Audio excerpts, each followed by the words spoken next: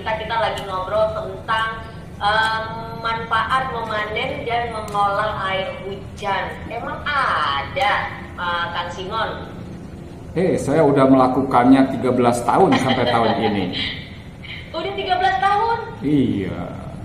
Wow, yang kita tahu kan manen tanaman, manen tumbuhan gitu. Ini ada memanen air hujan ya? Iya, dan sudah juga dilakukan Singapura. Singapura ada itu water catchment management. Jadi semua air hujan dikumpulkan dalam sistem drainase, nanti dikumpulkan di satu tempat, diolah untuk kebutuhan air bersih warga Singapura. Kan Singapura itu pulaunya itu batu, jadi nggak ada sumber air di bawahnya. Oke. Sebelum ada beberapa pertanyaan yang ada di otak Aye gitu, Aye juga penasaran kayak apa sih sebenarnya memanen. Memanen itu seperti apa sih? Mas Iman mungkin bisa cerita dikit dulu memanen air hujan dan mengolah air hujan itu seperti apa? Jadi kalau memanen air hujan tuh kita memasang talang di atap, lalu disambungkan dengan pipa, pipanya nyambung ke toren air untuk nampung air hujan. Tapi pipanya dibuat sistem supaya bisa dibuang pada 10 menit pertama, karena itu banyak polutan, debu. Setelah 10 menit, baru kita tutup si valve-nya, nah jadi air masuk ke toren. Dan air hujan tadi yang sudah dipanen, kita masukkan ke alat pembuat air langit, lalu keluarnya jadi air minum. Air minum dan saya sebutnya air langit. Iya. Oke, dan nantinya bisa dikonsumsi gitu, bisa diminum. Betul, bisa dikonsumsi. Dan itu udah dites di Dinas Kesehatan Kota Bandung dengan hasil memenuhi syarat kesehatan baik secara mikrobiologi karena bakteri E. coli-nya 0, juga secara kimia memenuhi syarat kesehatan. Oke, siap. Nah, apa sih yang mendorong Kang Simon ini untuk mengembangkan sistem pemanenan dan pengolahan air hujan nih? Jadi di daerah saya ini tidak ada pipa PDAM. Nah, tempat Kang Simon tinggal? Iya. Terus iya tuh. Nah, terus yang kedua, air sumur di sini itu kuning. Jadi gini, waktu pertama disedot itu bening, tapi 10 menit kemudian berubah jadi kuning karena tinggi zat besinya. Oke. Jadi itu salah satu faktor yang mendorong kenapa Mas Simon melakukan pemanenan dan pengolahan air hujan ini. Iya, betul. Oke. Nah, tapi kalau menurut Mas Simon nih, seberapa besar potensi air hujan di Indonesia untuk dimanfaatkan sebagai sumber air bersih? Ya, besar sekali karena Indonesia punya curah hujan 2.000 sampai 3.000 mm per tahun. Bandingkan dengan di Arab Saudi yang di bawah 500 mm per tahun. Kalau kita mau manen air hujan, itu nggak perlu lagi nyedot air tanah. Tidak perlu lagi bayar biaya PDAM, tidak perlu bayar kalau beli air pakai roda kan, beli air pakai tangki mobil itu nggak perlu. Iya, betul. Jadi nggak ada biaya air. Oh iya. Berarti dari sisi ekonominya ini ekonomi sekali ya Mas Simon ya? Betul banget. Oke, siap. Berarti Kang Simon ini dulu dari tahun 2013 ya. Dari 2013 itu dipraktekkan di mana pertama kali? Di Bandung atau di suatu tempat atau di daerah mana? Ya di ruko saya, tempat saya tinggal ini. Oke, siap. Saya sampai sekarang? Sampai sekarang. Mulanya pakai tong biru aja, tapi kemudian kan perlu lebih banyak lagi. Ya saya siapkan lagi toren air mulai dari 1, 2, 3 sampai sekarang ada 6 toren air yang 1.000 liter dan 4 yang 500 liter. Jadi total bisa menampung 12 kubik kalau hujannya lama dan cukup besar. Wow. Itu memang dijajarkan di mana Mas? Maaf nih, Ayah kan memang awam ya tentang ini ya. Pertanyaan-pertanyaan bodoh lah ya namanya. Ya yang penting Kang Simon bisa nerangin nih. Itu memang dijajarkan torennya, ditaruh di atas apa bagaimana ceritanya tuh Kang Simon? Ada yang di lantai 3, ada 5 tuh toren tuh di lantai 3. Nah jadi kita tinggal salur-salurkan ke bawah kan. Terus ada yang di dalam tanah. Nah, itu yang di bawah. Jadi kalau di atas-atas sudah penuh ya di bawah. Terus ada yang di kamar mandi pakai tong-tong biru tuh. Jadi di kamar mandi lantai 3, lantai 2, lantai 1 itu kita ada saluran air hujan yang sengaja diatur jadi bisa ngalir ke kamar mandi. Karena kalau air hujan itu nanti dipakai untuk mandi, cuci kan, jadi bisa langsung pakai mandi. Oh, air yang dipakai untuk mandi, cuci itu nggak perlu diolah, langsung dengan air hujan itu aja. Betul. Tapi ini diteliti nggak sih, apa namanya tadi kalau untuk diminum, Kang Simon tadi udah bilang itu udah layak untuk dikonsumsi karena udah memenuhi syarat kesehatan gitu kan ya? Iya betul. Nah, tapi kalau untuk dipergunakan buat mandi, nyuci, itu gimana? Apakah sudah diteliti juga, sudah sudah layak juga gitu loh? Oh, itu airnya bening banget. Ya, jadi kan ada saringan ya. Ya itu memang tidak saya bawa ke lab, tapi airnya itu ke tubuh itu seger, beda gitu. Jadi kenapa orang-orang suka kalau ada air terjun di gunung suka pengen nyemplung kan atau diguyur. Nah, mandi air hujan tuh rasanya tuh sensasinya tuh seperti itu. Ada sensasi segarnya itu. Asik. Terus ke kulit, ke kulit itu karena dia iner ya, zat kimianya sangat rendah. Jadi ke kulit itu bagus. Jadi kulit saya dibandingkan dengan teman-teman seangkatan, saya kan sudah umur 61 sekarang nih. Nah, teman-teman tuh sudah banyak bintik dan flek. Kalau yang saya relatif nggak ada nih. Oke. Jadi memang air hujan ditampung gitu kan ya, terus kita manfaatkan untuk mandi dan nyuci gitu ya, Kang Simon ya? Iya betul. Waduh luar biasa, baru tahu ini ilmu loh buat kita semuanya. Terus kalau yang untuk diolah menjadi air nih, Mas Simon, seperti apa sistemnya Mas Simon untuk air minum nih untuk kita konsumsi?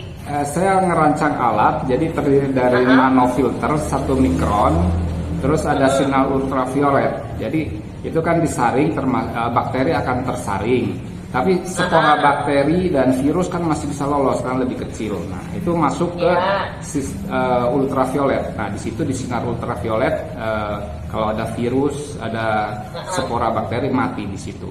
Makanya terus jadi layak minum. Oke, siap.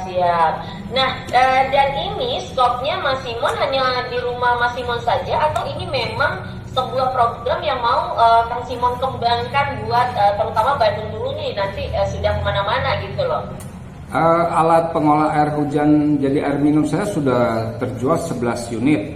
Satunya ada yang ke Bali, satunya ada yang ke Jakarta, terus yang lainnya ya memang di Bandung ya, ada di Universitas Balai Bandung, di SMA Negeri 2, SD Marhas, terus yang perorangan. Siap. Jadi Kang Simon jual sebuah alat yang nantinya bisa mengolah air hujan menjadi air minum gitu ya? Iya. Dan juga sistem pemanenannya termasuk. Kan mereka harus bisa juga memanen air hujannya secara mudah. Jadi saya sudah pernah ke Samarinda, Balikpapan. Di sana juga banyak yang memanen air hujan. Tapi saya lihat si pipanya tuh masuk ke toren bagian tengah. Otomatis jadi nggak bisa nutup kan. Nah, seharusnya masuknya ke ada satu bagian yang memang untuk inlet, tapi kan biasanya disediakan kecil. Nah, itu kita perbesar sebesar pipa 2 inci sehingga pas, sehingga nyamuk tidak bisa masuk.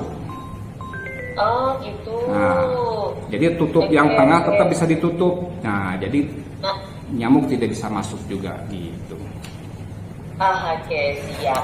Berarti Mas Simon menyediakan alat untuk mengolah dan memanen air hujan nih ya. Betul. Kalau misalnya ada pendengar kita nih yang pengen gitu ya, yang pengen ikut mendapatkan atau pengen melakukan hal yang sama seperti Kang Simon, kita perlu kudu kemana nih Kang? Apa ada sosial media yang bisa kita kepoin dulu nih? Hubungi saja nomor HP saya 0811 235 027. Memang ada video saya di YouTube sih. Ya kalau Oh, mau ada. ngikutin juga Ada di bisa. YouTube. Iya. Instagramnya ada ya buat kita lihat-lihat dulu deh. Instagram kebetulan nggak dimuat gitu.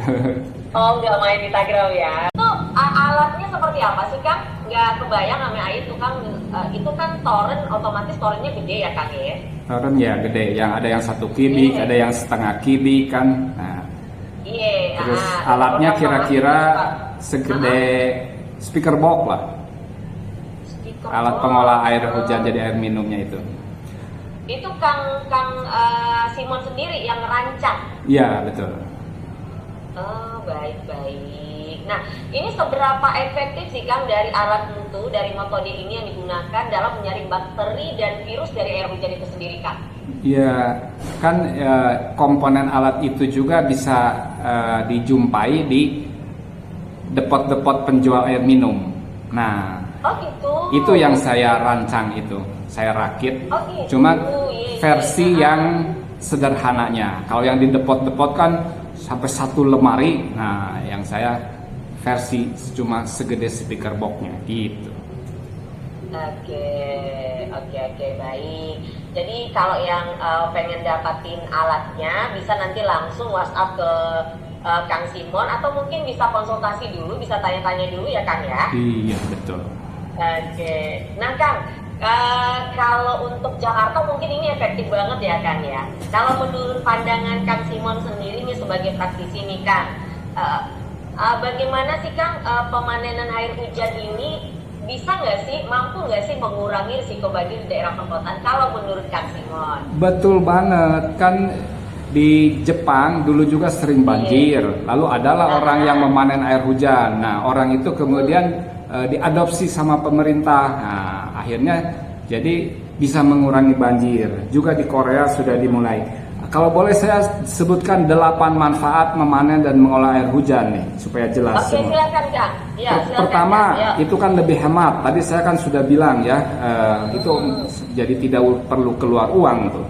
Dan soal beli air ini ada unsur ketidakadilan. Jadi orang miskin itu beli air bersih itu bayar lebih mahal daripada orang kaya. Karena orang miskin itu harus beli pakai roda yang kalau di musim hujan atau standar itu 25.000 per roda, 10 jerigen. Tapi kalau di musim kemarau itu bisa naik sampai jadi 250.000 per roda. Kalau orang kaya kan dia bisa pesan ke PDAM 1 tangki 250.000 5 kubik karena di rumahnya sudah ada toren-toren air untuk menyimpan. Atau mereka juga bisa sedot air tanah. Nah, jadi atau bayar PDAM. PDAM kan relatif lebih murah. Nah, begitu. Iya. Yang kedua, mencegah penurunan permukaan tanah. Jadi, nah contohnya Jakarta nih.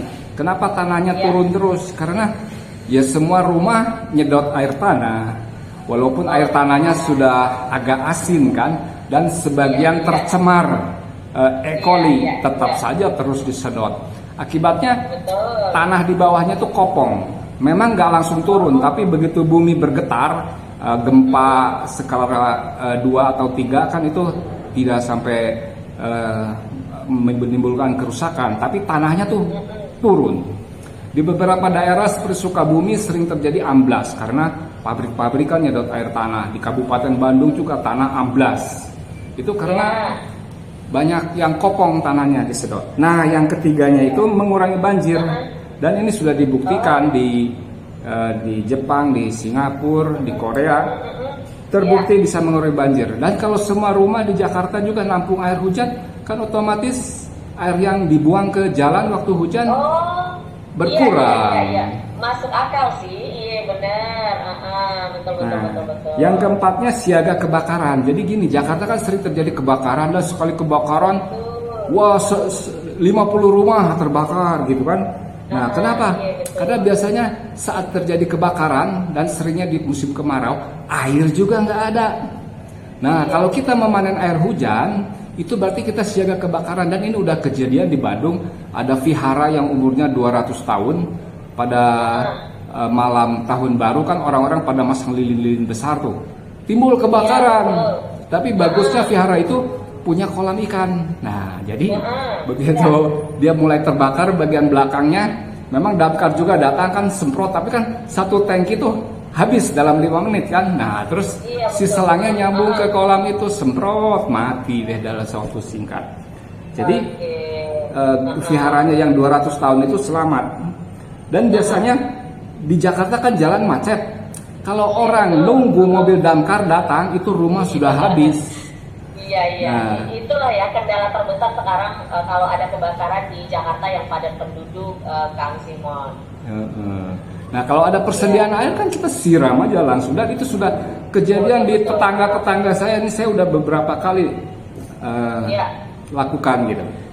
Nah yang kelimanya bisa berbagi lah, kita punya banyak air bersih, air minum. Jadi suatu hari tetangga saya pompanya rusak, harus diperbaiki dan itu perlu waktu beberapa hari. Saya bilang ambil saja, jadi saya gratis tuh. Terus saya juga masang anjungan sadar lingkungan di balai kota. Jadi anjungan sadar lingkungan tuh berupa guci, ada galon air, terus sebelahnya saya siapkan gelas, sebelah kirinya ada untuk charger HP, bagian bawahnya ada tong sampah B3 dan sampah kering. Nah 2-3 hari sekali saya ke sana ganti galonnya. Tapi kemudian tidak berlanjut, kenapa? Karena galonnya hilang, tong sampahnya dicuri juga hilang.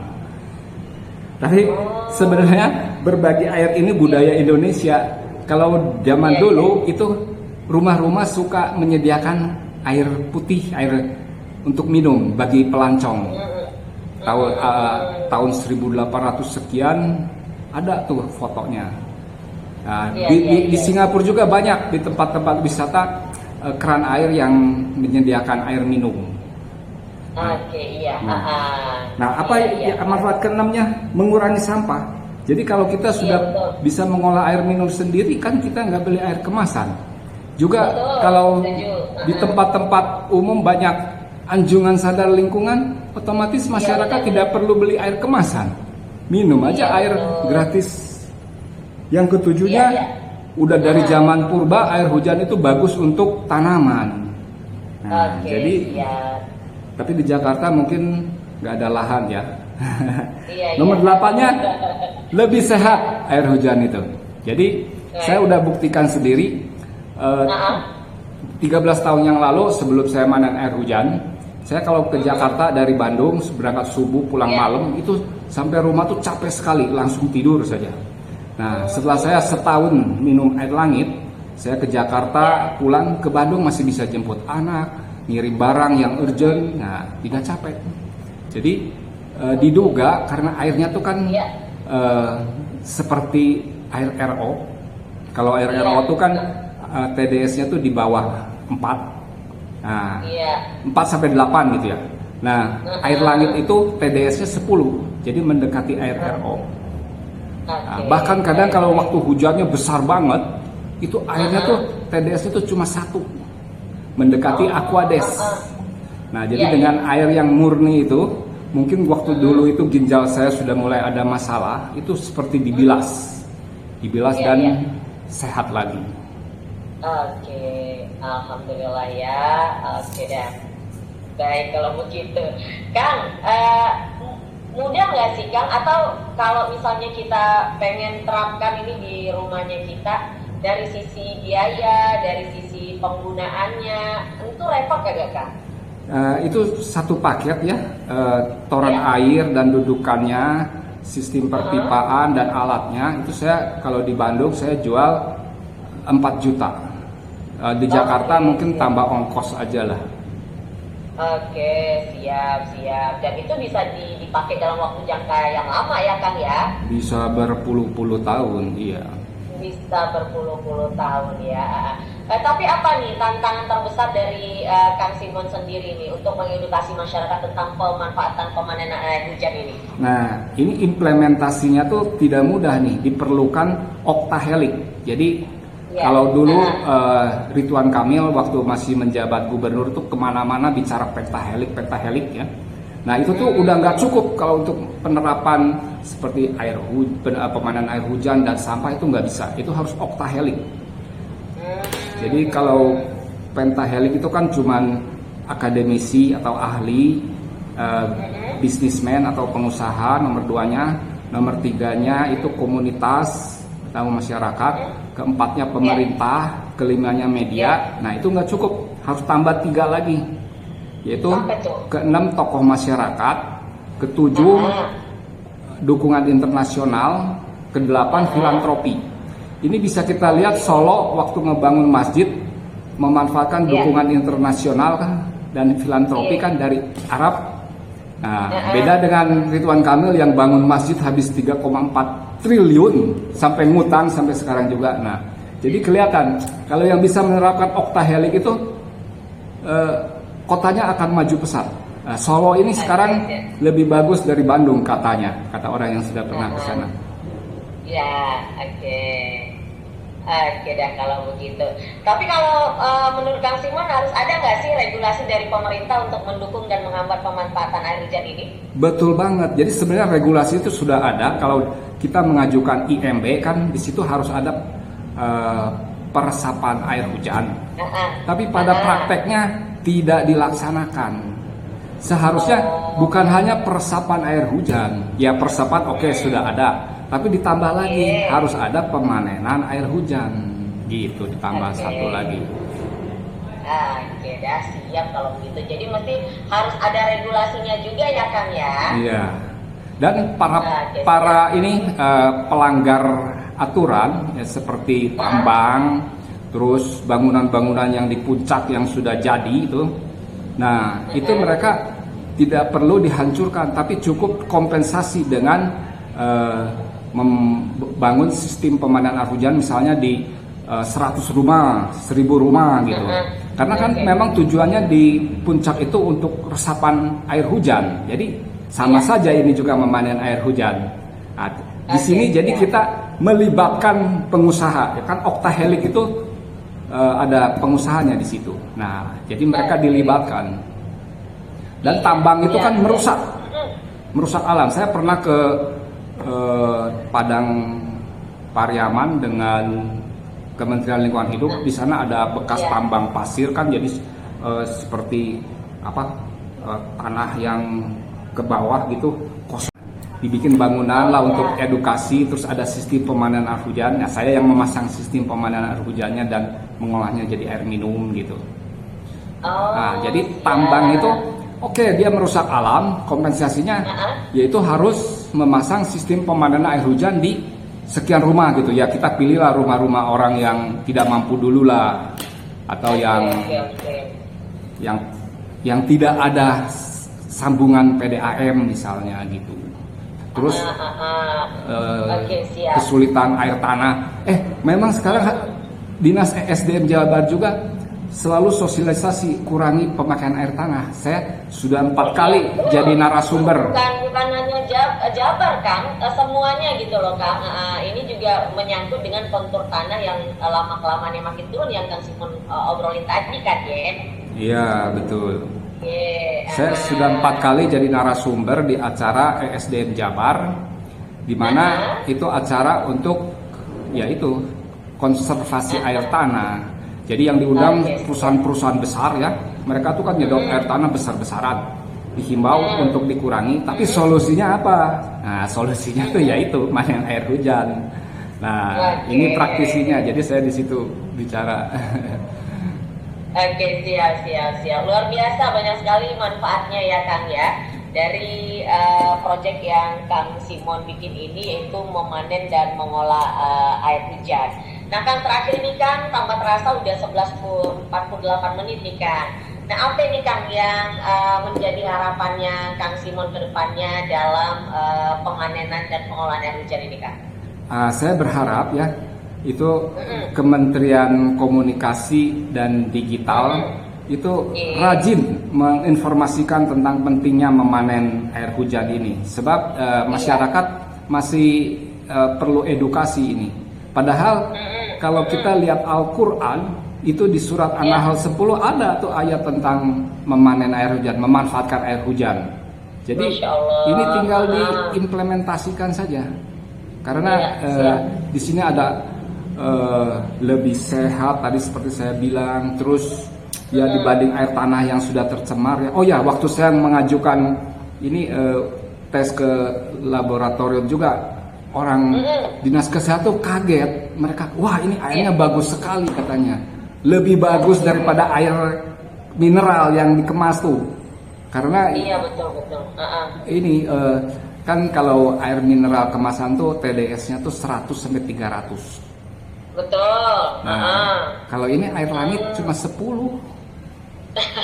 Air langit ya kan ya, iya benar. Nah, Ya.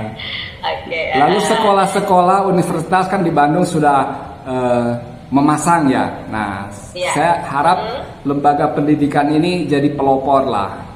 Jadi Oke, siap. jadi otomatis siswa-siswa kan paham tuh cara memanen dan mengolah air hujan. Di situ nanti mereka bisa terapkan di rumahnya Iya. masing-masing. Oke, siap. Lembaga Kalau pemerintah manfaatnya- Ya betul. juga harus, karena dengan demikian mereka bisa menyediakan air minum gratis. Siap, oke. Jadi kalau memang banyak manfaatnya, kenapa enggak ya Kang ya? Yang pasti saling bersinergi ya Kang ya. Ya, harus oktahelik baru bisa. Kalau cuma pentahelik yang seperti Ridwan Kamil gembar-gemborkan nggak bisa itu. Oke, siap Kang, siap. Baik. Kang Simon, terima kasih banyak. Ini obrolannya menarik sekali, mengedukasi kita semuanya. Kita jadi tahu dari tadinya kita nggak tahu nih ya.